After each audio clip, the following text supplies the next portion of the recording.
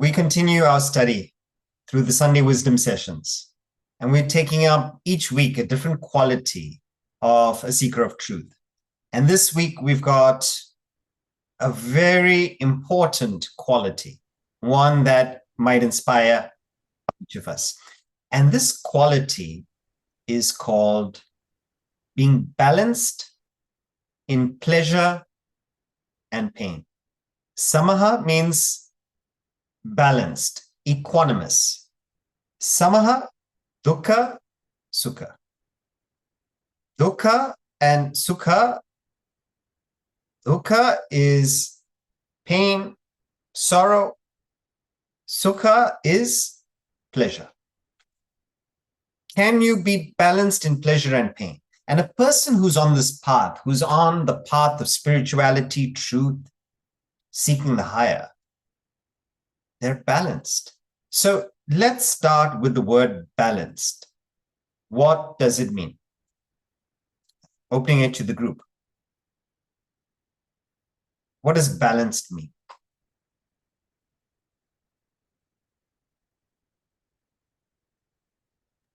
So feel free to unmute and answer. You are not,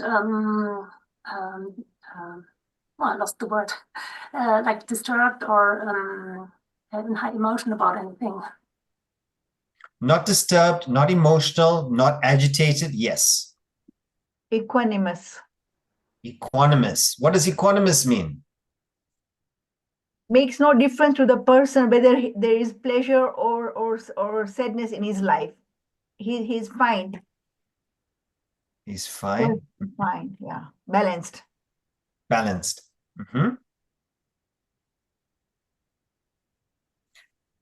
To be balanced means to not be affected by that external event. You're not affected by the pleasure. You're not affected by the pain. It doesn't mean that you do not feel the pain or the pleasure. You feel it. You experience it, but you do not allow it to disturb your peace of mind. You do not allow it to disturb the goals that you are pursuing in life. You do not allow it to disturb your equanimity. What is the opposite of this? The opposite of this is unbalanced. It is when your mind succumbs to that event. It is too much for you. So all of us, depending on the level of the challenge, if the challenge is low, no problem. If somebody gives you a grade 5 exam, no stress, no tension. But if someone was to give you an essay to write on the Vedanta treatise, a little bit more difficult, challenging. And when that challenge is there, it could be in the form of illness. It could be in the form of something happening to a loved one, an injury. And when that happens, are you able to manage the challenge? Or do you lose your peace of your mind? Does your peace get disturbed, agitated? Or are you able to maintain it? The reason why a person is able to maintain their balance, or why the reverse happens, why a person loses the balance, depends on which part of your personality do you meet the challenge with. Do you meet it with your mind, or do you meet it with your intellect? Do you meet the pleasure and the pain with your mind or your intellect? If you meet it with the mind, every human being is made up of BMI, the body, mind, and intellect. You see it on the screen. What is the mind made up of? First one that comes to mind? Desires, likes, and dislikes. And this is, the first two are the key elements here. Also our attachments. We like life to be a particular way. So when it's pleasure, happy, excited, joyful, celebratory. But when we get what we don't like, miserable, we sulk, we're upset, we get stressed, frustrated, depending on the extent of the dislike. The trouble is, if we live with our mind in the world, what is going to happen? You're going to be a yo-yo. You go down, you come up. You go down, you come up. Your life is one big roller coaster, depending on whether you get what you like or you don't get what you like. There is a word that describes the world, and it's a Sanskrit word. It is called Dvandvas. What does it mean? Senior students, what is Dvandvas? Pairs of opposites. Pairs of opposites. And that's all the world is. Good and bad, hot and cold, and here they've chosen pleasure and pain. World is full of opposites. In fact, without the opposites, you can't understand the other side. Day and night. If you were to tell a story to the sun, Mr. Sun, do you know what happened last night? And the sun turns around and says, excuse me? What did you say? No, last night. The sun does not experience night. But you and me, in the world that we exist, we experience day, night, dark, light. We experience honor, dishonor, sorrow, joy. So, just the simple statement can change our perspective on the world. The world means you will get both sides. You will get things you like, things that you don't like. You will get both the pairs of opposites. But the trouble is, the way we've been brought up and the way society conditions us is that we only want one of the pair. And we are not prepared. We don't want the other side. And so when the other side comes, why does it come? Because it's part of the world. It has to happen. When the other side comes, shocked, surprised, can't believe it. Why me? Because it is the nature of the world.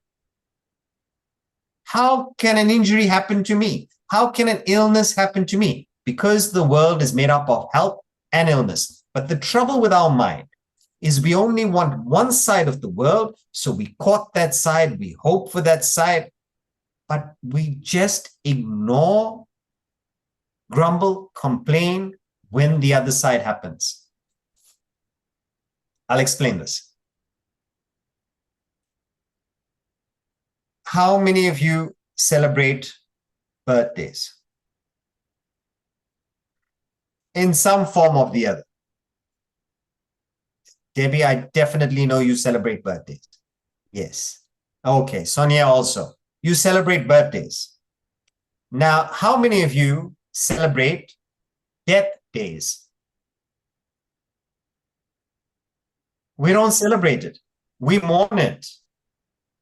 We mourn it because we never want it to happen. We dislike it. How is it? In all our conversations, in social circles, in school, in university, we never have a conversation about death, something that is inevitable, something that nobody can escape, and yet we do not have this discussion. So when death happens, hopelessly unprepared, and it doesn't matter what age it happens, it could be 102. The person has been terminal for the last 10 years. All of us are in fact terminal because our term must end. But when it happens at 102, the family writes, we were shocked. Taken from us too soon. Too soon? What age do you want death to happen? Death is a part of life. And because of our perspective, because our mind only likes birthdays, we only see that as positive. We see death as negative. We don't want to think about it. We don't want to discuss it. We don't want to get into it. And therefore, we mourn, we grieve, we get into sorrow.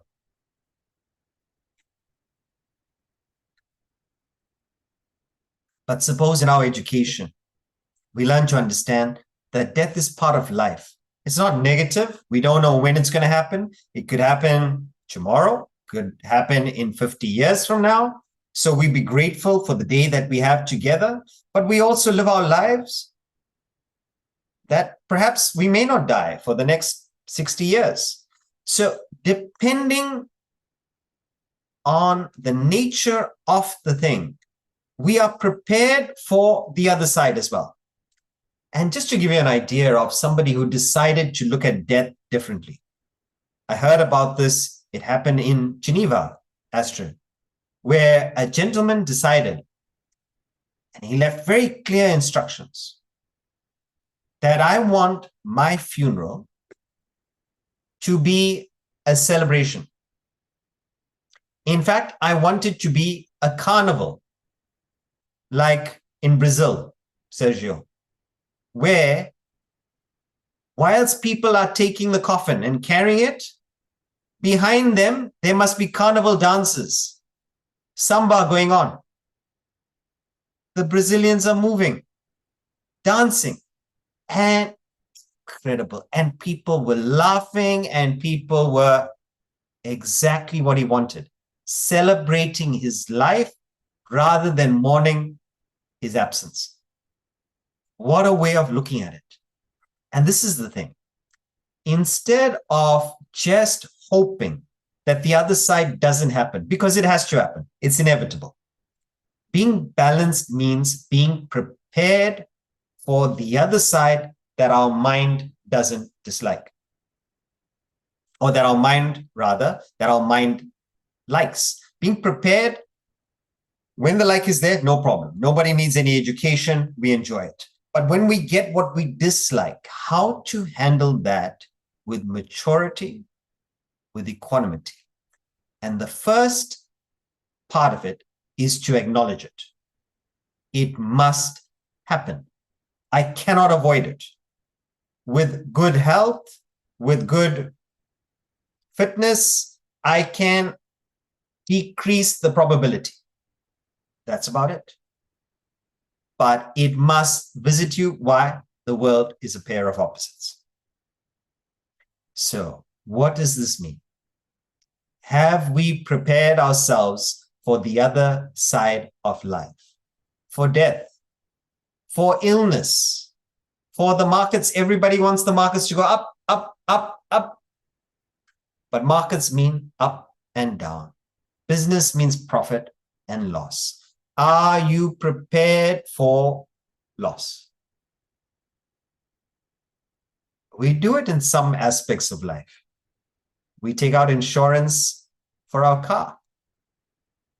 None of us wants an accident, but somehow we've accepted that there is a high probability of an accident. So what do? We take out the insurance. It's preparation that if that happens, I don't suffer as much. But why don't we take out this mental insurance in the other aspects of life? Possibly a family member not doing well academically, not doing well in business, battling. Our personal lives, battling. We're not prepared.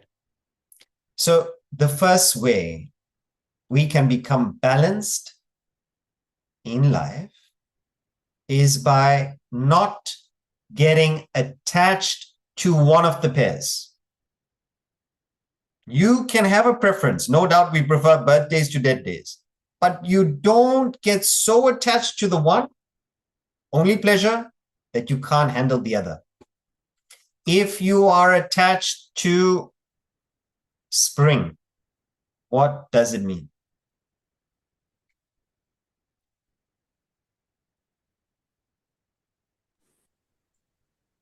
What does it mean? that it'll change. Winter will come. Seasons will change. And what will happen when it changes?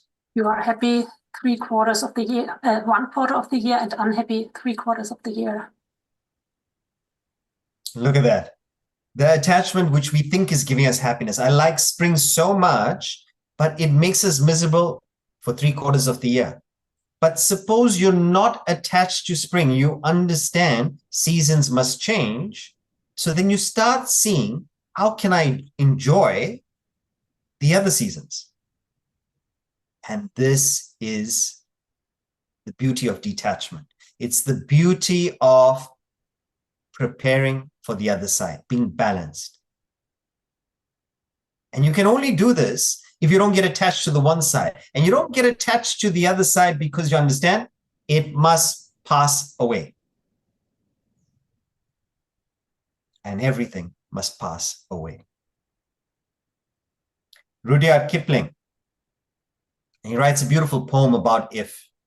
Well, it's called If.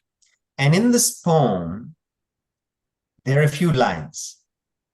And he shows how it's a father talking to his son.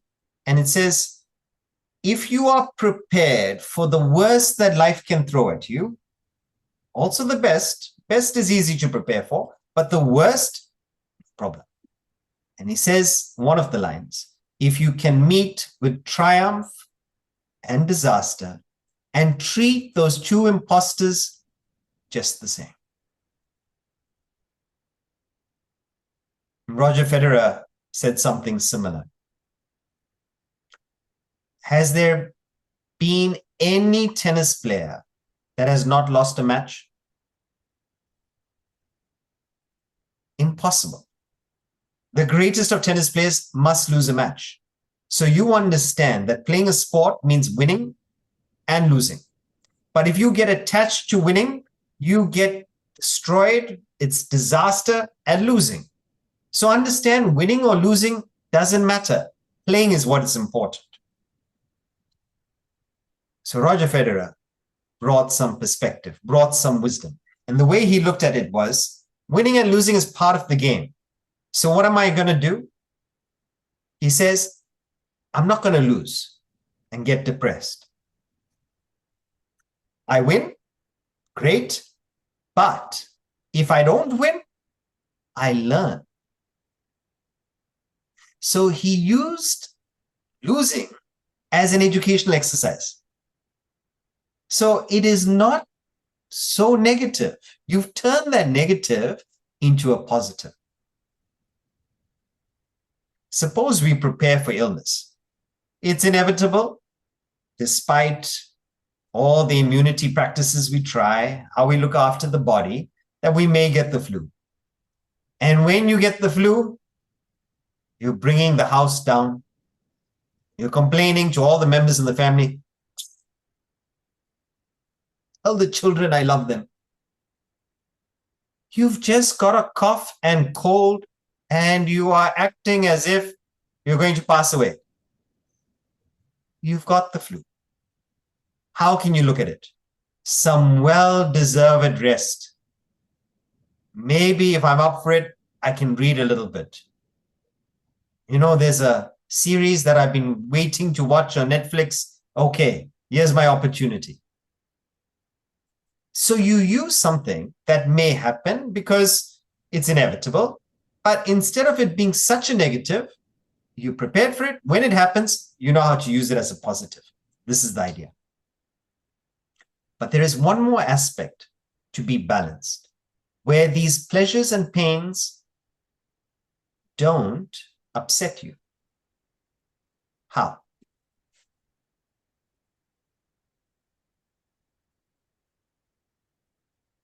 Where you understand that they're imposters. Imposters means they're not the real thing.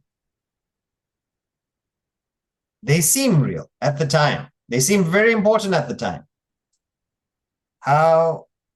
What is the other way? So the first way we say, prepare for the other side of life. Prepare for the other opposite. With your intellect, think about it, prepare for it. So when it happens, you're not surprised, you're not disappointed. You go into your protocol plan. Back up. I'm ready for this. Life, I see your other side, and I'm okay with it. Now, what is the second avenue?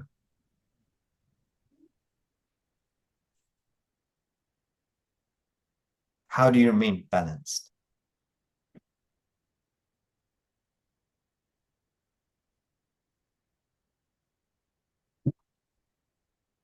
You remain balanced by growing above that level.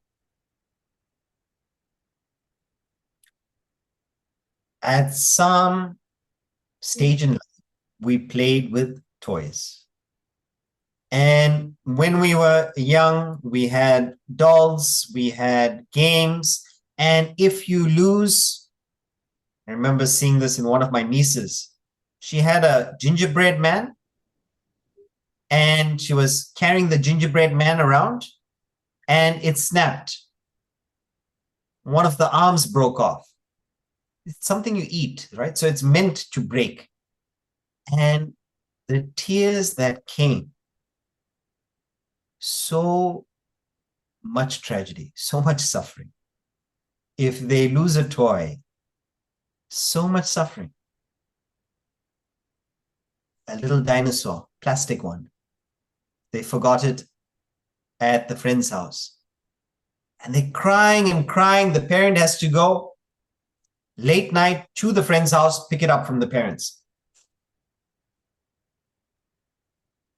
You and me, at least now, we don't worry about whether the dinosaur is lost or found, whether the doll breaks or isn't. We're not affected by the pain and pleasure. Why? We've risen above it. We've risen above it. We've grown above it where we can feel the child's sadness, we can feel the child's happiness at a new toy, but we're not really affected by it because we have interest in higher things. Same thing here. You remain balanced in the pleasures and pains of life because your mind is on higher things. But have you risen? If you're feeling the pain and pleasure, it is because you have not risen. You're in that level. One person who demonstrated this in sport, there is an Indian cricketer. He's probably the most popular cricketer. His name is MS Dhoni. And MS Dhoni, he was called Captain Cool because whether they win, not so excited. Whether the team loses, not so depressed. How is it that he was able to maintain his equanimity? And the reason was because right through, this is before he retired, right through in the finals, in the different competitions, he always understood that cricket was a part of life. And there is going to be a life after cricket. And it's just one stage of life that he enjoys. He enjoys playing the sport. He's going to enjoy it. He's going to play to the best of his ability. Some matches he'll win, some matches he'll lose. There will be young people coming in. He'll have to make way for it. So he understood all of this right in the beginning, that preparation that we were talking about. But because he understood that there was more to life than those 10 years, 15 years of cricket, he went through it objectively. He knew there was always going to be more. There was going to be a service aspect in life. And because of that, the wins didn't excite that much. The losses did not devastate. Now, if you look at this pyramid diagram, where are we? If we are at the lower level of the toys, then we will go through all the joys and heartbreaks of the toys. But if we move to a higher level, where we're playing perhaps sport, then those wins and losses, can you remember the times of exams in high school? How important those exams were? how those wins and losses in tennis tournaments in our youth, they were so important. And now we don't care for it at all. Why? Because of growth. So the one way to be balanced is to keep growing, have higher goals. And when you have a higher goal, the small pains, pleasures don't matter. You find your child may be so fussy, so particular at home. No, mommy, I want a little bit more salt. No, it needs to be more crunchy. The food is not like this, and I want this, and I want that. But when they go and study overseas or away from home, they have to eat cafeteria food. They're not complaining. Why? Because they have a higher goal for that education. And because of that higher goal for the education, the small things, what the food is like, doesn't matter that much. The room is not air conditioned properly, doesn't matter that much. Why? They've got a higher goal. Now, if we don't have this higher goal, we will get affected. The slightest thing will irritate us. But if you have the higher goal, someone says something about you, negative, criticizes you, gossips about you, you hear it, you get so upset. Why? Because you don't have a higher goal, so these things affect you. There is in a poem called The Village Preacher, written by Oliver Goldsmith. He describes a person, the village preacher. And he says this village preacher would not be affected by what gossip was going on, what people were saying, positive or negative. And the reason was, for other aims, his heart had learned to prize more skill to raise the wretched than to rise. So he did not care if he was in the newspaper, whether he got credit or did not get credit, whether he was rising through the ranks. He did not care for that because his goal was something higher. It was in service. And because of the service, those personal ups and downs, pains and pleasures, honor and dishonor, credit and criticism, he was balanced. So if we want to practice this quality, are we prepared for the other side of life? Do we have a higher goal? Now, this seeker of truth is seeking the highest, the top of the pyramid. They're seeking right the top. So because their interest is to find self-realization, is to find God, is to find the spirit, because that's the only thing that they're interested in.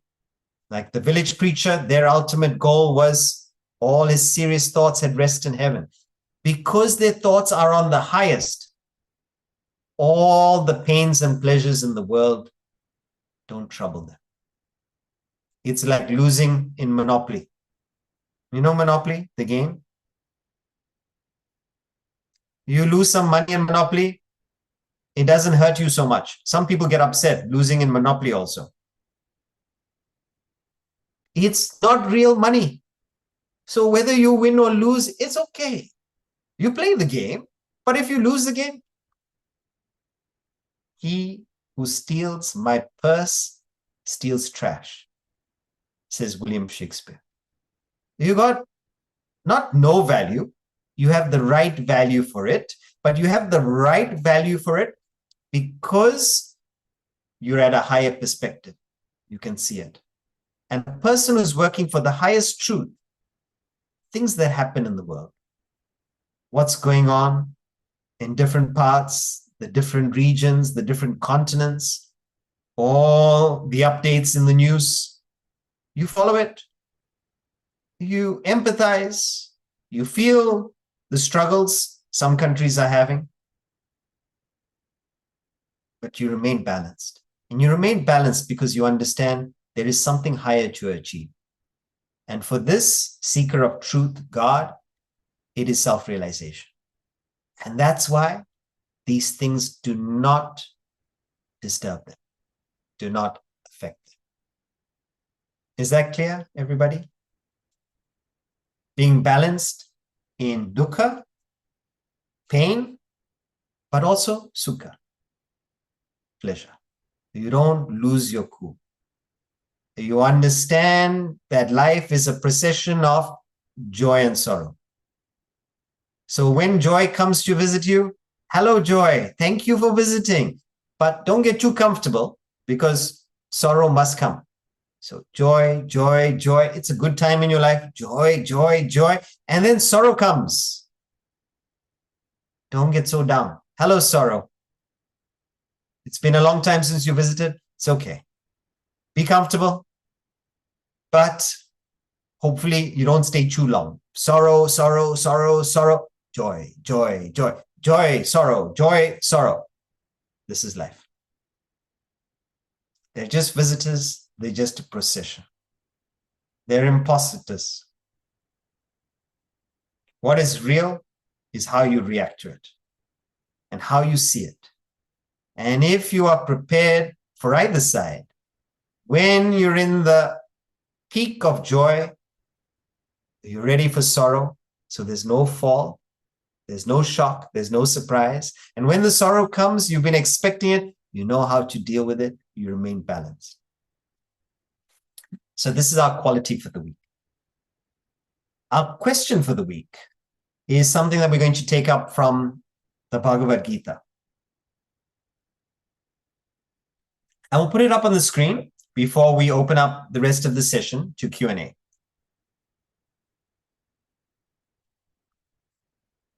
The question is from chapter 2, verse 40, and Swamiji's commentary on paragraph 3. It says, actions performed with selfish and egocentric desires deprive you of energy. Selfishness seems to motivate action. So the question is asking, it seems that when you work for yourself, it motivates you to act. Here it says it deprives you. Explain.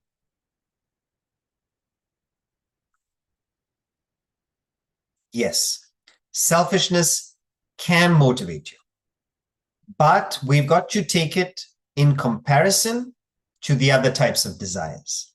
And there are 3 types of actions. The first type is selfish, egocentric actions. And we call them selfish or egocentric actions because what is the desire behind the action? So the types of action, first one is selfish. And it is the why behind your action. So it's not the action per se. It is why do you do what you do? So even this action now, so I'm speaking, I'm sharing philosophy, but you will not know whether my motive is selfish or unselfish or selfless. I will know.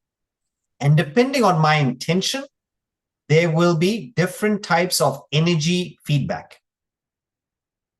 When you work for yourself, it becomes routine, it becomes mechanical because you're not interested in the work. You're interested in catering to your body, your mind, your intellect, your needs. So if you could cater to your body, mind, intellect, to your needs without the work, that's what you would do. So if there was a way to skip the work and cater to yourself, you would do that. But not only that, we would do it to the detriment of others, to the negligence of those around us. Like we don't take them into consideration because we're selfish. So 2 things happen here. 1, we find that particular job, that particular activity gets boring very quickly because you're interested in the results. You're interested in the outcome that the action brings you. You're not interested in the action per se. So for example, a doctor treating a patient, the doctor's not interested in the patient. He's interested in the payment that the patient gives to the doctor. So if the doctor could get more or could get the payment without the service, wonderful. This is selfishness. So it becomes routine because you're not interested in the treatment. You're not interested in the service. You're interested in the payment. I used to wonder how our teacher, Swami Parthasarathi, imagine 70 years of talking about body, mind, intellect, self. Body, mind, intellect, self. Imagine for 70 years, day in, day out, you're giving the same lecture, slight customization depending on the topic, on the audience, every day. Can you imagine explaining mind and intellect for 70 years? Because sometimes I see you. You heard mind and intellect now for years, Harish. And when the mind and intellect starts, you can see the person switching off. Why? Because you know it so well. You know the examples that are coming. You know how you're going to describe it. Sometimes I try my best to switch it up just to surprise you. But still, you know the idea of mind and intellect. So how is it that that person can do that same activity for 70 years, no break, no holiday, no vacation, and still be enthused? That when they explain it, it's as if they're explaining it for the first time. It is because of the unselfishness. They're interested in the service, in the one person that has not heard that idea, that concept before. Or maybe to the person who's heard it before, and this could be the time that it clicks. And they hear the perspective. They've been hearing it for years, but this time it goes in. And because of the interest in the subject and the service to that person, they're able to continue. So the first thing is, you get enthusiasm, you get energy, you get motivation when your action is unselfish. It becomes boring, mechanical, routine if it's selfish. One. Second, if you are selfish, it is you versus the world. It is you versus other doctors. Sometimes you versus the patient. It is you versus your colleague.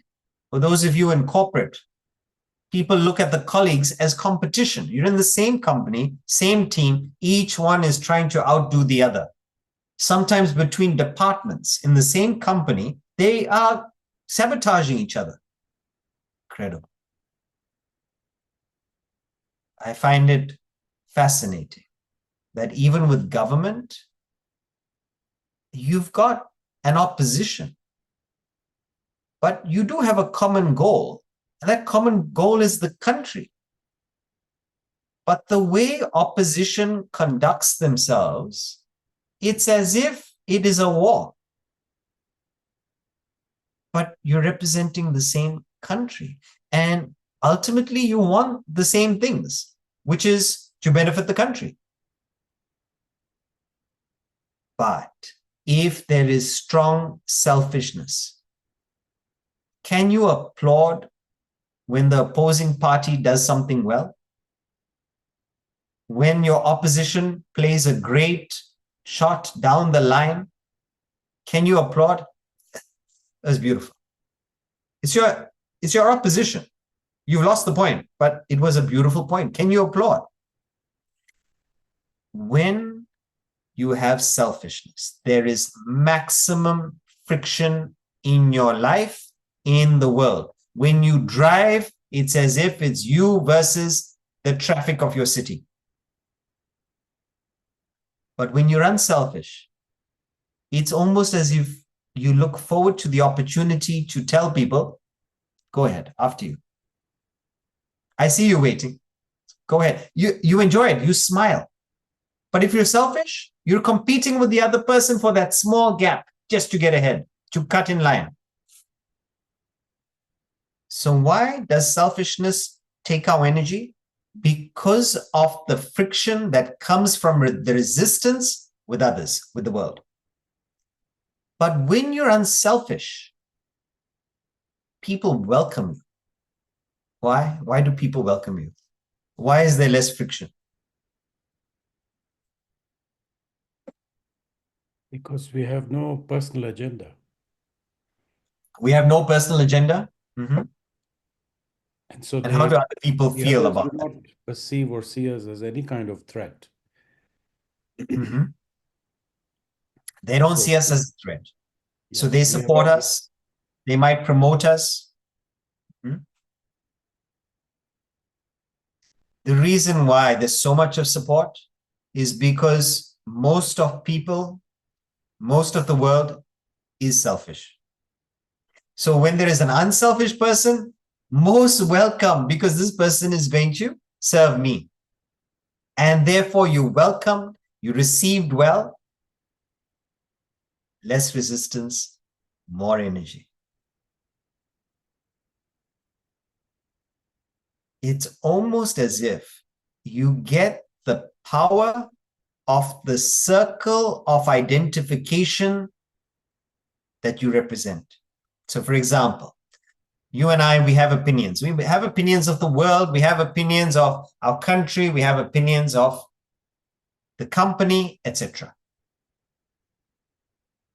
What is the opinion of a person versus the opinion of, let's say, the union leader who's representing all the workers?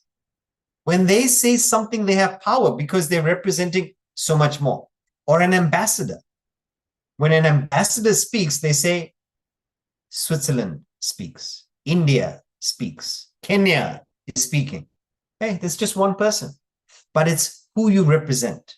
It's as if you have the backing of all those that you identify with. When you work for yourself, it's you versus the world. You don't get the support. Now, the third type, selfless, it's difficult to even conceive. And ultimately, you have to be self-realized to truly practice a selfless action. It means you have no desire. You simply do because that's your nature. If you're a teacher, you teach. If you're a preacher, you preach. And because you have no desire, there is no friction. And because you have no desire, there is no expectation of the fruit. There is no attachment to the action.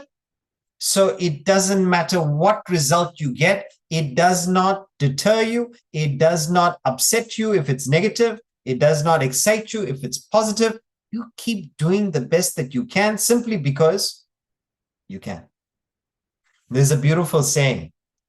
It was before enlightenment, chopping wood, fetching water. After enlightenment, chopping wood, fetching water. Means so simple. Just do what you need to do. But we complicate life with desire. I must do this to get this. And we're doing it because we're seeking something out of the action. But a person who's found self-realization, selfless means no ego. They've identified completely with the true self, spirit, God. When they've identified with that, they are happiness. They are full. So there's nothing that they need to get from action because they already have it. So instead of them seeking something out of action, which all of us are doing, they're putting happiness into action. See the difference? What a state. Imagine if you act from fulfillment. Everything is joyful. There's no energy loss. It's you're giving energy. So the last aspect, why selfishness drains energy? Because when we allow the selfishness to proceed, it expresses in the form of attachment, We want things a particular way. We get unbalanced. We get agitated. So that drains our energy. But we also get attached to the effect, the result, the fruit of the action. So if we don't get what we want, we're upset, we're miserable. We get anxious. We keep thinking about the future. And when you're thinking about the future, when you're acting, it dilutes the action. You're thinking about the goal instead of doing the action perfectly. And that takes away your energy. What drains you, what tires you, what ages you is not the work, but your worries of the past, anxiety for the future. And those are expressions of selfishness, of egocentric desire. We need our intellect to keep the selfishness in check. Try and work for a higher ideal, but be in the present. Cut the mind going into past likes and dislikes, future anxieties for the results. Just do it. Perfect action.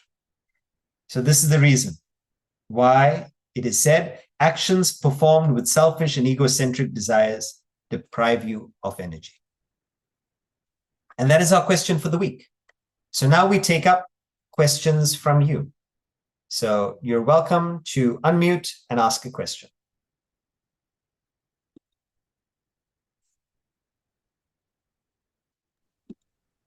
May I ask a question? This is Sure. Sonia. So selfishness and unselfishness, that is quite clear.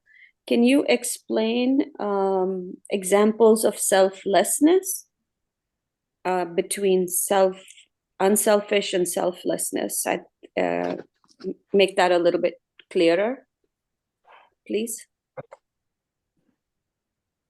Yes, Sonia. So it is impossible to perform an action without desire. The chronology of action means, when I say chronology, why do you perform an action? You must have a desire behind it. And that desire has a thought behind it. And that thought comes from a vasana, means your inner seed, your inner nature. And this is the chronology. So inner seed produces a thought flow becomes desire becomes action. So your action could be selfish, which means dealing with just you, your body, your mind, your intellect, or it could be unselfish, means something bigger, something larger, more than your body, mind, intellect. This part we understand. Now, what does selfless mean? It means a desire that is not pertaining to your body, mind, intellect.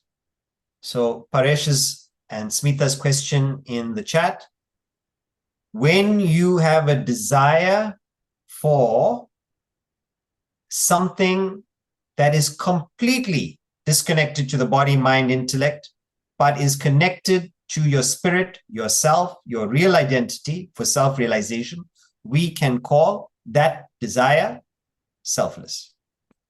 Selfless means, self means body, mind, intellect, your ego, small self.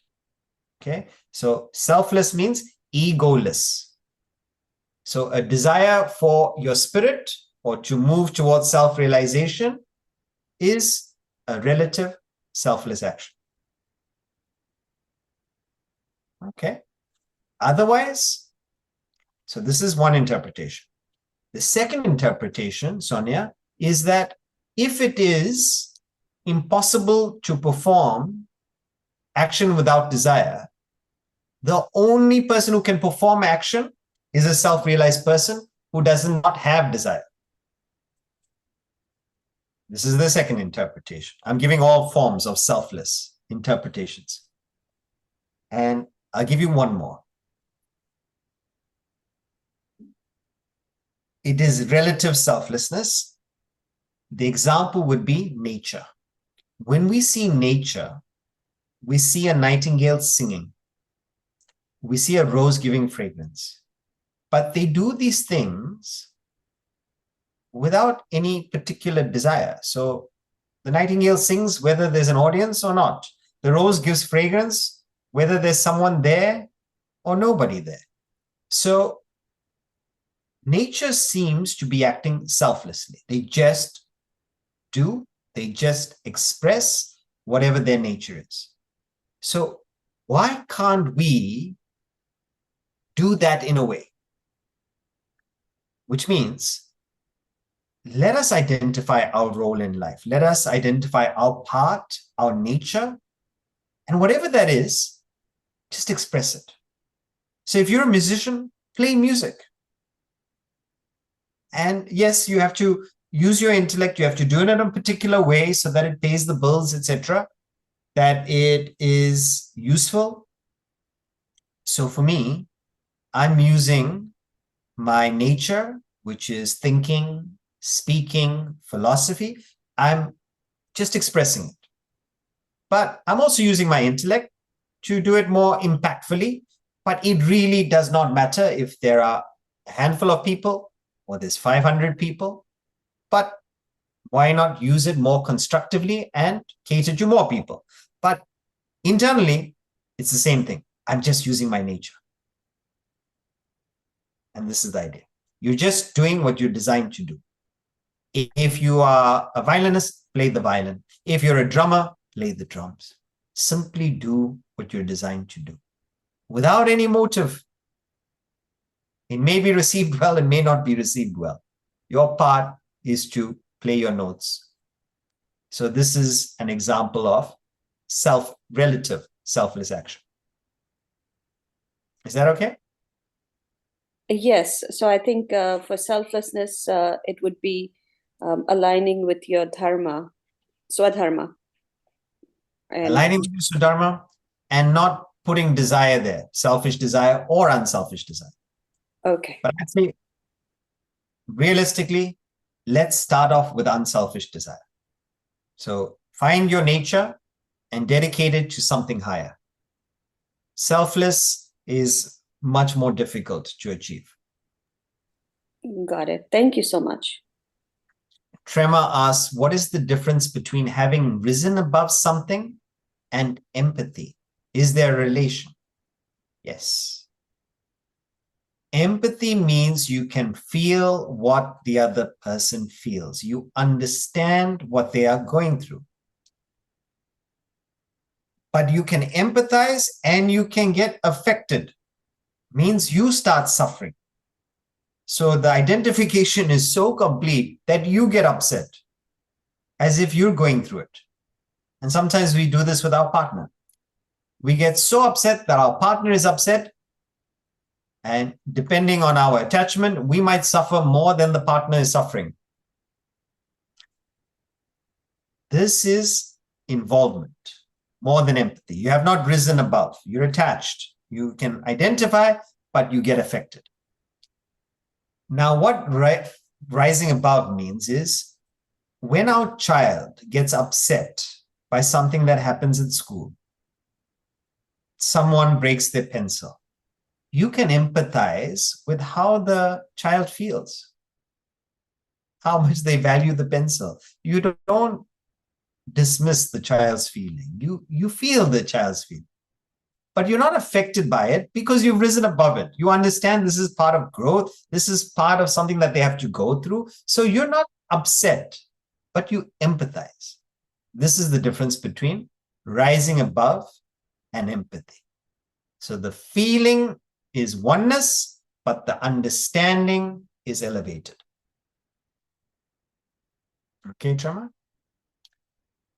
Then Astrid, why do we have to live? Can you elaborate on that, Astrid? I mean, you said that selflessness is like nature, kind of. And I mean, even a tree or an animal wants to perpetuate his species, right? Espèce. So the rose will have his fragrance to catch the bee and to perpetuate like this his pollen and go making other roses grow and the tree also and so are we. We also want, I mean, it's not in with the intellect or it's in our nature to perpetuate our species, you say, espèce in French. Yes, got it. And we human, I wonder what sometimes why, unless to learn the higher self, I mean, it takes a life to know that. Why do we have to live? I mean, sometimes I'm asking myself, Got it. why am I here? So we have to live, we have to exist because we have vasanas, we have desires. And as long as you have desires, you have vasanas, you need to express them, you need to exhaust them through experience. So living, whether it is this life or previous lives or future lives, they will continue as long as you have the fuel for experience, which is vasanas and desires. The goal of life as a human being is to fulfill those desires, exhaust them. But the trouble is you can't fulfill them through indulgence. You can't fulfill them by ticking them off, because as you try to fulfill them, you actually increase them. You go and fulfill one desire, and you end up increasing 10 more desires from the fulfillment of that. So the way to do it is through knowledge. You get knowledge, higher desire, and that higher desire removes all the lower desires. And you keep moving.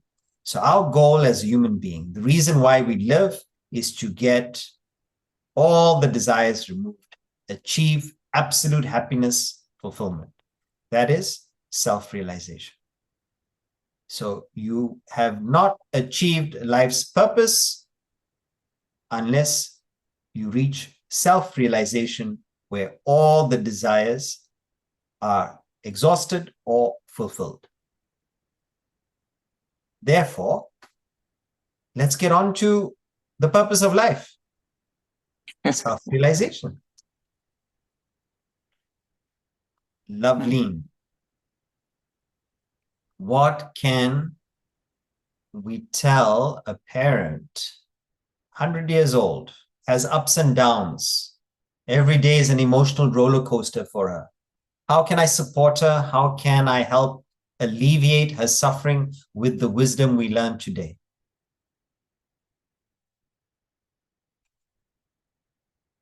One thing that might help, especially as people age and there is so much of suffering, or there's so much of pain, as you mentioned, what your mom is going through, is more solace than philosophy. Because at that time, when somebody is suffering or going through pain, they may not be open, they may not be receptive to philosophy. So it's more solace, more comfort. And the idea is that when the pain is there, that it must pass. It won't always be there.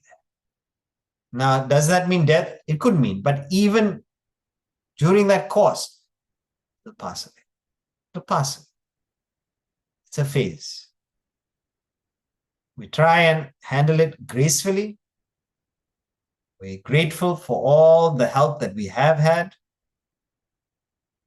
And we try not to give that pain too much value, that it stops us from enjoying any other experience. So the idea is to prepare for old age before old age happens. And that's why it's difficult to help in this situation. So when old age happens, you're ready for it. You understand that you don't have the same freedoms. There's going to be dependence. And if you have prepared well, you can minimize the suffering and enjoy some of the freedoms that you do have. But not easy, Loveleen. So more support, more solace, empathy. And see if you can redirect the focus to the positives. Yes, Deepak. Yeah, Hari Om Sudhakarji. Question regarding the definition of balance, where we said not being affected by the negative situation or experience. And then we went on to define that not being affected is equivalent to not losing your peace of mind and not letting your actions be influenced by that. Right? So far, so good. Now, my question is that we also said, but you can't avoid having negative feelings. Now, when you have negative feelings, then the consequence of a negative feeling is that there will be an effect, not effect, but an effect on the peace of mind. So the peace of mind will get, in a way, affected by a negative situation. But I think the operative word, when you said you should not lose your peace of mind, which does it mean that it's a matter of degree, that you can either go to a situation where you have negative feelings and you have a certain impact on the peace of mind. It comes down, but it is manageable. It doesn't change your actions. The other route is that you are so impacted by it that you actually lose your peace of mind. So the operative word then becomes, you should not lose your peace of mind, though you will perhaps suffer a negative impact even in terms of your peace of mind. So that losing the equanimity or the peace of mind is the key aspect here. But there are two aspects in what you said. The one is the intensity of the negative feeling. So if the negative feeling is so strong, it overwhelms the intellect. And that's where we lose the peace of mind.